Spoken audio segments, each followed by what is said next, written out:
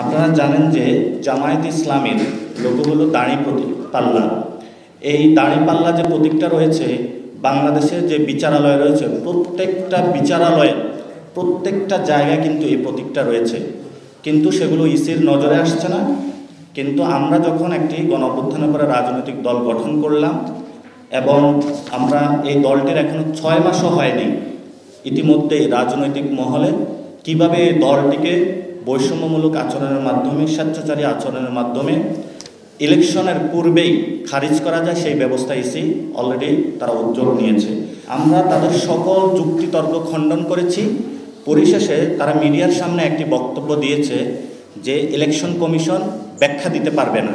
আপনি যদি ব্যাখ্যা দিতে না পারেন তাহলে ইলেকশনার কমিশনার হিসাবে আপনার ওই চেয়ারে থাকার কোনো বৈধতা নাই, আপনাকে অতি দ্রুতই পদত্যাগ করতে হবে। আপনি জনগণের যখন ট্যাক্সের টাকায় ওই চেয়ারে বসেছেন, ওই জনগণের ট্যাক্সের টাকা নিয়ে যখন আপনি বেতন নিচ্ছেন, এই বেতনের টাকা নিয়ে আপনাকে সংবিধান অনুযায়ী চলতে হবে, দেশের যে আইন রীতিনীতি রয়েছে সেটা অনুযায়ী চলতে হবে। ইতিমধ্যে আমরা কয়েকটা জায়গা শুনতে পেয়েছি এবং ইসিও বলেছে তারা বিব্রত ফিল করছে।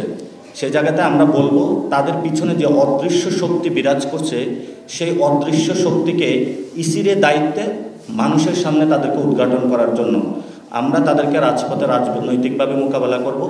যতটুকু সাংবিধানিক অধিকার রয়েছে, গণতান্ত্রিক প্রক্রিয়া রয়েছে, সব একসাথে নিয়ে আমরা ঐক্যবদ্ধভাবে আমাদের যে প্রতীক, আমাদের যে অধিকার প্রশ্নে আমরা হলো রাজপথে থাকব। প্রশ্ন আসে যে প্রতীক যদি ইসি না দেয় তাহলে আমরা কি করব? সেই জায়গাতে জাতীয় নাগরিক পার্টির বক্তব্য হলো আমরা জনগণের ভোগান্তি চাই না প্রতীক প্রশ্নে। আমরা জনগণকে সাথে নিয়ে সাংবিধানিক এবং গণতান্ত্রিক প্রক্রিয়ায় যতটুকু আমাদের সক্ষমতা রয়েছে এবং দেশীয় যে আইন রয়েছে তার ভিতরে আমরা আমাদের প্রতীক প্রশ্নে আমাদের এই সংগ্রাম আমরা জারি রাখব।